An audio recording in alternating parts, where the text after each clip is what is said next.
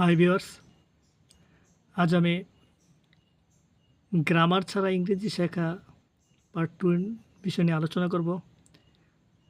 আগে উল্লেখ করেছি ট্রান্সলেশন পদ্ধতিতে ইংরেজি শেখা যায়, আর ট্রান্সলেশন শিখতে গেলে অবশ্যই কিছু শব্দ শিখতে হয়, আর সাবকনসিয়াসলি গ্রামাটিক্যাল রুলস শেখা হয়ে যায়।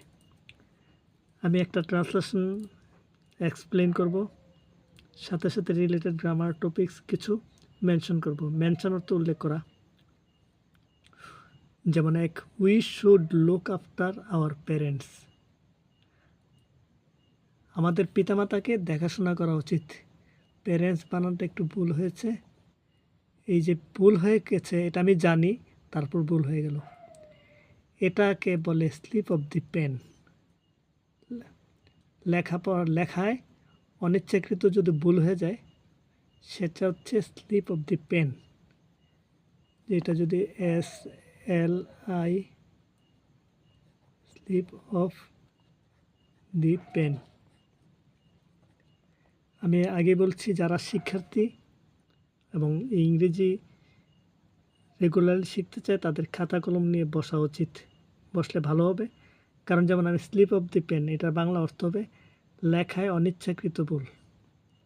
আবার কথা বলার ক্ষেত্রে যদি একটু ভুল হয়ে যায়, জানার পরেও সেটাকে বলে স্লিপ অফ দি টাং।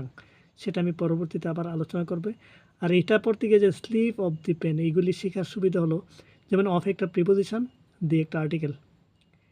আমরা ইংরেজি শিখি সাধারণত টেন্স শিখি, স্ট্রাকচার শিখি, শব্দ শিখি, কিছু ভার্ব শিখি, কিন্তু তারপর আমরা ইংরেজি ফ্রি হ্যান্ড রাইটিং স্কিল আমরা গেইন করতে পারি না, অর্জন করতে পারি না।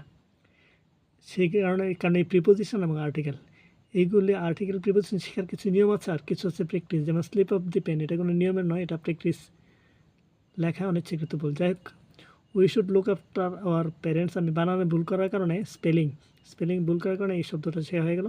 যাক, আমাদের পিতামাতাকে দেখাশোনা করা উচিত। তাহলে উচিত শব্দটা কি?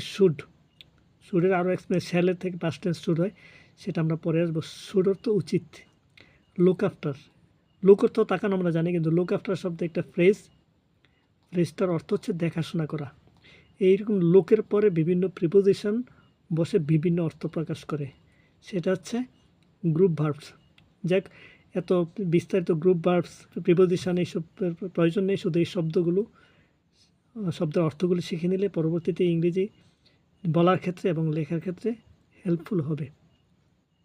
লুক আফটার দেখাশোনা করা, এটা পড়তে গিয়ে আমি আরও কিছু বিষয় যুক্ত করছি। যেমন লোকের পরে যদি ফর বসে, এটা হবে লোক ফর খোঁজ করা। আর যদি শিক্ষার্থী যারা কলেজে স্কুলে পড়ে বা ভার্সিটিতেও পড়ে ইংরেজি শেখার দরকার, তারা খাতা কলম নিয়ে বসলে আমি এটার সাথে একটা বাক্য বলে দিচ্ছি।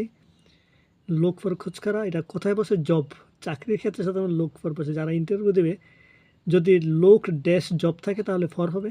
আর বাক্যটা হচ্ছে লোক ফর, এটার বাক্য হতে পারে I am looking for a job.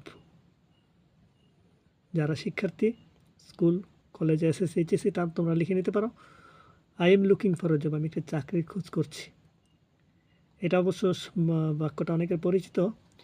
আর এটা যদি ফ্রেজ বলি, লুক এট অর্থ তাকানো।